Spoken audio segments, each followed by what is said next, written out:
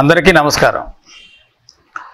NEET results వచ్చిన తర్వాత results వచ్చినటువంటి ఆనందం కొద్ది రోజులు ఉంటుంది.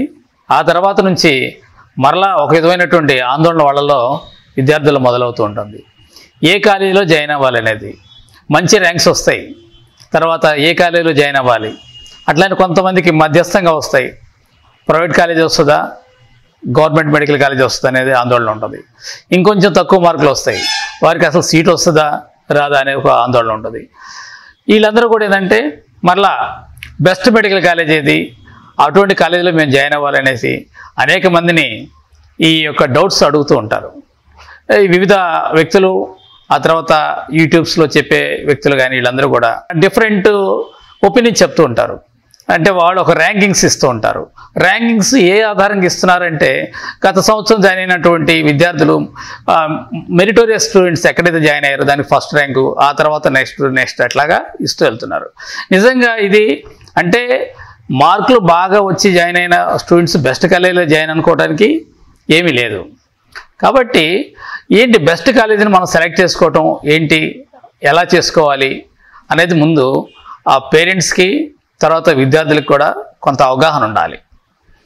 కాబట్టి బెస్ట్ కాలేజీ ఏ విధంగా సెలెక్ట్ చేసుకుంటాం? ఉదాహరణకి ఇప్పుడు గుంటూరులో ఉన్నటువంటి విద్యార్థులకి మంచి ర్యాంక్ వచ్చింది అనుకోండి, వాళ్ళ పేరెంట్స్ ఏం చేస్తున్నారు, దాదాపు ఎక్కువ మంది గుంటూరు మెడికల్ కాలేజీలో చేరుస్తారు. అదే కాకినాడలో వస్తే కాకినాడలోనే చేర్పిస్తున్నారు, అదే విశాఖపట్నంలో వస్తే ఆంధ్ర మెడికల్ కాలేజీలో చేర్పిస్తున్నారు. కాబట్టి ఫస్ట్ ఎవరైనా చూసేది అంటే వాళ్ళ నివాసం నుంచి వీళ్ళని దగ్గరగా ఉన్నటువంటి కాలేజీలకి ప్రిఫరెన్స్ ఇస్తారు. ఆ తర్వాత ఏం చూస్తున్నారు అంటే సహజంగా గవర్నమెంట్ కాలేజెస్కి కొంచెం ఎక్కువ ప్రాధాన్యత ఇస్తారు. ఎందుకంటే కొంచెం ఖర్చులు తక్కువగా ఉంటాయి, ఆ తర్వాత పేషెంట్స్ టర్న్అవుట్ చాలా ఎక్కువగా ఉంటుంది. కాబట్టి వీళ్ళు అటువంటి కాలేజీలో వీళ్ళు చక్కగా నేర్చుకోవచ్చు అనే ఒక అభిప్రాయం ఉంటుంది. కాబట్టి అట్లా గవర్నమెంట్ మెడికల్ కాలేజీకి ఇస్తారు. ఆ తర్వాత ప్రైవేట్ మెడికల్ కాలేజీలో ఏ కాలేజీలో రోగుల సంఖ్య ఎక్కువ ఉంటుంది అటువంటి కాలేజెస్కి జనరల్గా పేరెంట్స్ కానీ విద్యార్థులు కానీ ప్రాధాన్యత ఇస్తూ ఉంటారు. కాబట్టి ఇవన్నీ దృష్టిలో పెట్టుకోవాల్సినటువంటి అవసరం ఉంది. ముఖ్యంగా ఏంటంటే ఈ జాయిన్ అయిపోయే ముందు ప్రతి ఒక్కళ్ళు కూడా, ప్రతి విద్యార్థికి వారి తల్లిదండ్రులు ఏం చేయాలంటే మీకు ఏ కాలేజీలో వస్తాయో ప్రాబబుల్ కాలేజెస్ లిస్ట్ ఒకటి తయారు చేసుకోండి. ఒక 3-4 కాలేజీలు లేదా ఒక 5-6 కాలేజీలు లిస్ట్ తయారు చేసుకోండి. చేసుకున్న తర్వాత ఏంటంటే మీరు డైరెక్ట్గా వెళ్ళి ఆ విజిట్ చేయండి. ఈ రాష్ట్రంలో ఉన్న అన్ని కాలేజీలు విజిట్ చేయమని చెప్పట్లేదు. కేవలం ఒక 4-5 కాలేజీలు మీకు నచ్చిన ప్రాబబుల్ లిస్ట్లో మీ ర్యాంకుకు తగినటువంటి ఏ కాలేజీలు వస్తుంది అనుకుంటున్నారో అటువంటి కాలేజెస్ ఒక 4-5 సెలెక్ట్ చేసుకొని ఆ కాలేజీని విజిట్ చేయండి. మీరు డైరెక్ట్గా వెళ్ళి అక్కడ కాలేజీని చూడండి. ఆ తర్వాత అక్కడ ఉన్న హాస్టల్ వసతులను చూడండి. అక్కడ చదువుతున్నటువంటి విద్యార్థుల్ని అందరికన్నా చక్కగా చెప్పగలిగేది ఎవరంటే అక్కడ చదువుతున్న విద్యార్థులే. ఆ యొక్క కాలేజీ బాగోగులు కరెక్ట్గా చెప్పేది అక్కడ చదువుతున్న విద్యార్థులు. కాబట్టి అక్కడ చదువుతున్న విద్యార్థుల యొక్క ఒపీనియన్ కూడా మీరు తెలుసుకోండి. ఆ విధంగా ఒక లిస్టు తయారు చేసుకొని, కాబట్టి మీరే ఒక ఆర్డర్ ఆఫ్ మెరిట్లో మీకు నచ్చిన ఆర్డర్లో తయారు చేసుకుంది అది ఆ లిస్టు మీకు ఉపయోగపడుతుంది. కాబట్టి అట్లా కాకుండా ఎవరో చెప్పారు పలానా కాలేజీ బెస్ట్ కాలేజీ, అక్కడ చదివితే ఇంకేం తిరుగులేదు అనే భావన మాత్రం వద్దు. ఎందుకంటే చాలామంది విద్యార్థులు, నాకు తెలిసిన మంది విద్యార్థులే ఆల్ ఇండియాలో బిలో 50 ర్యాంక్స్ తెచ్చుకొని ఎయిమ్స్లో జాయిన్ అయ్యి అక్కడ ఫెయిల్ అయినటువంటి విద్యార్థులు ఉన్నారు.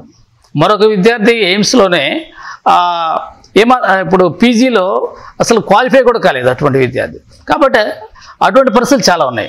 అట్లా కాకుండా ఇక్కడ మీరు ఏదైతే లీస్ట్ ప్రిఫరెన్స్ అనుకుంటున్నారో అటువంటి కాలేజీలో జాయిన్ అయినా కూడా మంచి పోస్ట్ గ్రాడ్యుయేషన్ సీట్లు తెచ్చుకున్న విద్యార్థులు కోకొల్లలుగా ఉన్నారు. కాబట్టి ప్రతిదీ విద్యార్థి మీద ఆధారపడి ఉంటుంది, కానీ వాళ్ళ యొక్క టాలెంట్ మీద, వాళ్ళ యొక్క యాటిట్యూడ్ మీద ఆధారపడి ఉంటుంది. కాబట్టి కేవలం మంచి కాలేజీలో జాయిన్ అయితే ఇంకా దానందరూ అదే జరిగిపోతుంది అనే భావన మీలో వద్దు. అట్లనే తల్లిదండ్రులు కూడా ఈ విషయాలు గమనించి విజిట్ చేయాలి. ఇవాళ ప్రతి జిల్లాకి 2-3 మెడికల్ కాలేజీలు ఉన్నాయి. కాబట్టి మీకు సమీపంలో ఉన్నటువంటి మెడికల్ కాలేజీలో జాయిన్ అయినట్లయితే కొంత ఖర్చులు తగ్గుతాయి. ప్లస్ ఏంటంటే ఫుడ్ హ్యాబిట్స్, మన ప్రాంతంలో ఉన్నటువంటి ఆహారం అవన్నీ కూడా మనకి నచ్చుతుంది, ఇంకో ప్రాంతంలో వాళ్ళకి నచ్చుతుంది. కాబట్టి ఒక దూర ప్రాంతానికి వెళ్తే అక్కడ ఆహారం నచ్చలేదని, అక్కడ హాస్టల్ బాగోలేదని ఈ పిల్లలు సరిగ్గా చదవకపోవటం, దానివల్ల వీటిలో మళ్ళా చదువులో వెనకబడతాం అని ఇటువంటి ప్రాబ్లమ్స్ వస్తుంటాయి. కాబట్టి మీరు అక్కడ విజిట్ చేసి అక్కడ ఉన్నటువంటి విద్యార్థుల ఒపీనియన్ తీసుకుంటే మీరు ఏ కాలేజీలో జాయిన్ అవ్వాలనుకున్నా అటువంటి కాలేజీలు విజిట్ చేయండి. ఇంకోటి అంటే ప్రతి కాలేజీ కూడా ప్లస్లు ఉంటాయి, మైనస్లు ఉంటాయి. ఉదాహరణకి గవర్నమెంట్ కాలేజీలోకి కొన్ని ప్లస్లు ఉన్నాయి, ప్రైవేట్ కాలేజీలు చదివినా కూడా కొన్ని ప్లస్లు ఉంటాయి. ఎట్లా అంటే చాలామంది ఇప్పుడు విద్యార్థులని గవర్నమెంట్ కాలేజీలో చదివేటువంటి విద్యార్థులు వాళ్ళతో మాట్లాడినప్పుడు వాళ్ళు ఏం చెప్తుంటారంటే, మేము గవర్నమెంట్ కాలేజీలో జాయిన్ అయ్యాం, ఇక్కడ చాలా వర్క్ ఎక్కువ ఉంది, హౌస్ సర్జెన్సీలో మేము చదువుకోవడానికి మాకు టైమే ఉండట్లేదు, మాకు పీజీ సీట్ రావడం చాలా కష్టం, ఫస్ట్ అటెంప్ట్ మాకు వచ్చే పరిస్థితి ఏం కనిపించట్లేదు. మేము ఆ రోజు మా ఫ్రెండ్స్ అంతా కూడా కొంతమంది ప్రైవేట్ మెడికల్ కాలేజ్ జాయిన్ అయ్యారు, అక్కడ వర్క్ చాలా తక్కువ ఉంది, కాబట్టి వాళ్ళు చక్కగా చదువుకొని ఫస్ట్ అటెంప్టే మంచి ర్యాంక్ తెచ్చుకొని పీజీ సీటు సాధించగలుగుతున్నారు. మేము అటువంటి అవకాశాన్ని మేము కోల్పోయనే భావన కొంతమంది, అందరిలో కాదు కొంతమంది వాళ్ళలో ఉంది. అట్లానే ప్రైవేట్ మెడికల్ కాలేజీ వాళ్ళు ఏమనుకుంటూ కొంతమంది పిల్లలు ఏమో భావిస్తారంటే, గవర్నమెంట్ కాలేజీలో చదివేటువంటివి విద్యార్థులు చూస్తున్న కేసులు మేము చూడలేకపోయామనే భావన ఇళ్లలో ఉంటుంది. కాబట్టి ఓవరాల్గా అందరూ ఒపీనియన్ తీసుకొని మీరు మీ యొక్క సొంత అభిప్రాయాన్ని క్రియేట్ చేసుకొని మీకు అందుబాటులో ఉన్నటువంటి కాలేజీలో జాయిన్ అవ్వండి. ఇంకోటి అంటే కొన్నిసార్లు ఏంటంటే ఒకే టౌన్లో 2 మెడికల్ కాలేజీలు ఉంటాయి. ఉదాహరణ చాలామంది నాకు తెలిసినది ఏంటంటే, ఇప్పుడు నెల్లూరులో తీసుకున్నాం అనుకోండి, అక్కడ గవర్నమెంట్ మెడికల్ కాలేజీ ఉంది, తర్వాత నారాయణ ప్రైవేట్ మెడికల్ కాలేజీ. కొంతమంది ఆర్థికంగా స్తోమత ఉన్నవాళ్ళు గవర్నమెంట్ మెడికల్ కాలేజీ కన్నా కూడా అక్కడ ప్రైవేట్ మెడికల్ కాలేజీ ప్రిఫర్ చేస్తున్నారు. కాబట్టి ఇవన్నీ మీ ఇష్టాన్ని బట్టి ఉంటుంది అన్నమాట, మీ యొక్క ఆర్థిక స్థితిని బట్టి మీ ఇష్టాలను బట్టి ఉంటుంది తప్ప మనం ఒక గ్రేడింగ్ వేసేసి మన రేటింగ్ ఇచ్చేసి ఫలాని కాలేజీలో ఇది ఫలాని దాంట్లో జాయిన్ అయితే మంచిది అని చెప్పేసి అటువంటి ఆ విధమైన భావనలో మాత్రం ఉండొద్దని చెప్పేసి నేను చెప్తున్నాను. ఇంకోటి అంటే ఇంకోటి రేపు ఈ వన్ టైం ఆప్షన్సే ఉంటాయి మీకు.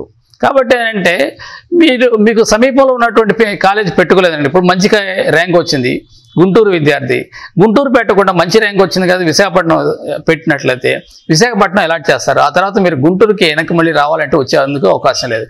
కాబట్టి ఫస్టే ఒక స్థిరమైనటువంటి నిర్ణయానికి వచ్చేసి అప్పుడు మీ యొక్క ఆప్షన్స్ పెట్టుకుంటే మీకు ఇబ్బంది లేకుండా ఉంటుంది. లేకపోతే తర్వాత అనేక రకాలైనటువంటి సమస్యలు వస్తాయి.